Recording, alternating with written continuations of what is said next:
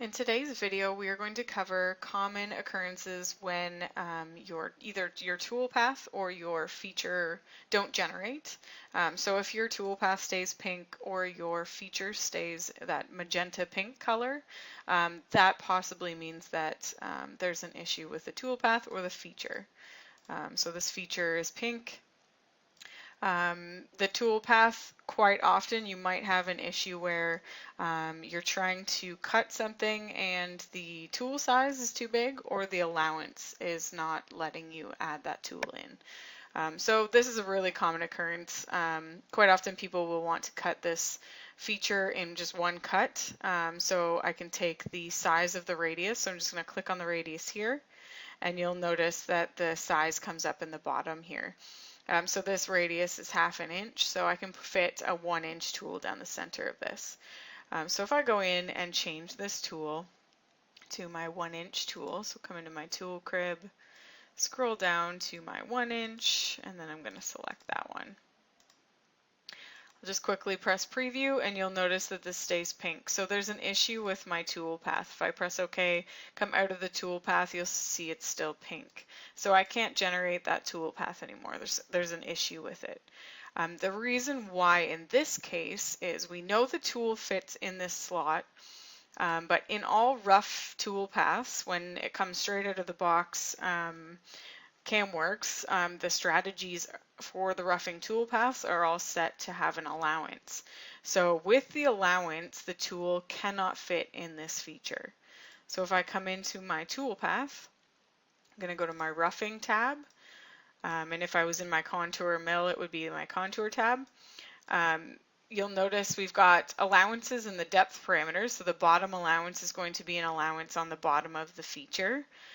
Whereas the side parameters has an allowance on the sides of the feature. So depth parameters is not causing me any issues because they're both set to 0. So if we change the side parameter to 0 as well and press preview, you'll notice we now have a toolpath. So quite often the allowance will cause issues if you're trying to put a tool into a space that won't allow the tool and the allowance to happen at the same time. So always double check your allowances if your toolpath stays pink.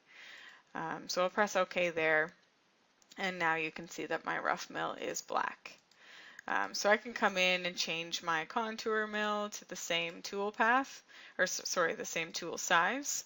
I'm going to scroll down to that 1-inch tool, so it's a 1-inch flat end mill, and press select and preview. And you'll notice this one automatically gets a toolpath because the contour toolpath does not have an allowance set for any of its side parameters or its depth parameters.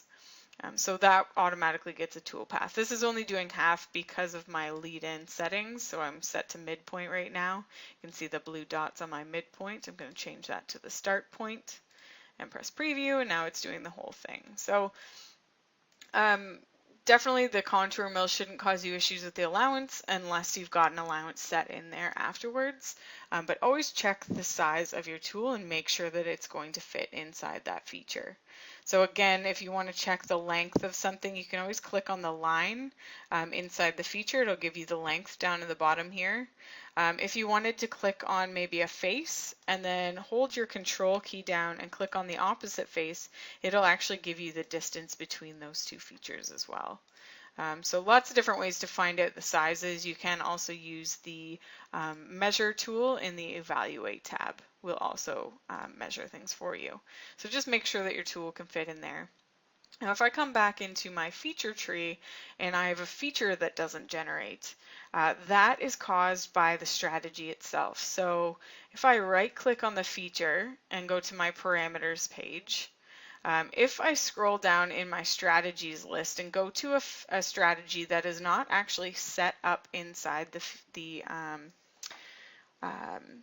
tech database, that means that it's not going to produce any toolpaths because it doesn't have anything to read off of. It doesn't know what to generate. So this is a quick way to check by checking your parameters to see if there's anything in there. So if I want to, and so let's say there's no toolpaths being generated for this and there's no strategy set up, I can easily set up my own strategy.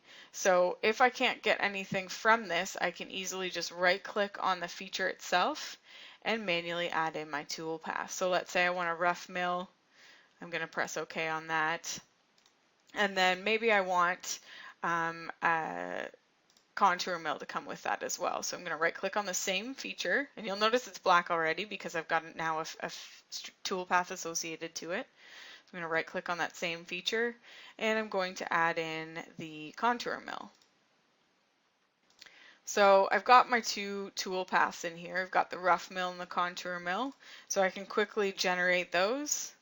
I can add in the tool that I want to use for those. So maybe I want a bit of a bigger tool. Let's go in here and change my tool out. So I'm going to use maybe the 3/4 inch and press yes, press OK here.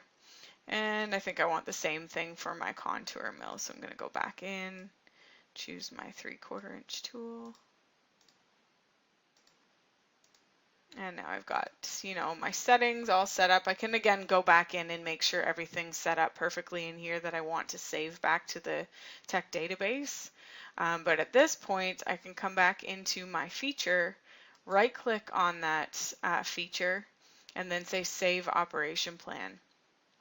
So I can overwrite the existing strategy. So if my rough finish wasn't actually creating a strategy, I can quickly just overwrite it and press the green check mark.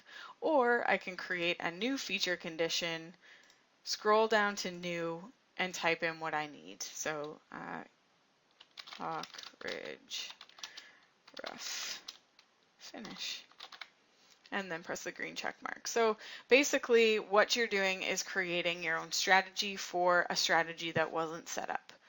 So if you get a pink feature and it's not actually inside there, then that means that the strategy wasn't actually set up. So you may come across that, and that's the reason why. And if your tool path is causing the issue, then it's usually the tool or the allowance. You can also go into some of these tool paths. So let's go back to our slot feature here and choose the contour mill. If I come into this tool path and I go ahead and change my allowance or my depth settings or something that wasn't actually, I could test any of these options out. Always try something and press the preview button. So that will automatically tell you that it's not going to work because I just tried to generate it and it turned pink and wouldn't work. So now that I've only changed one thing, I know exactly that my allowance is causing the issue.